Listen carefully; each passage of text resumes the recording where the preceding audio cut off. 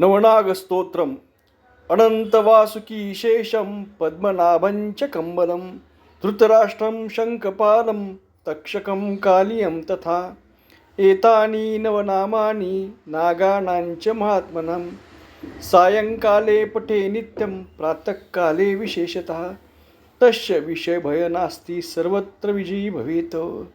म्हणजेच ह्या नवनागांचं स्तोत्र वाचल्यानंतर सकाळी व संध्याकाळी पठन केल्यानंतर व्यक्तीला कोणत्याही विषबाधेची भीती उरत नाही आणि सर्व क्षेत्रामध्ये सर्वत्र विजय मिळतो असा याचा अर्थ आहे।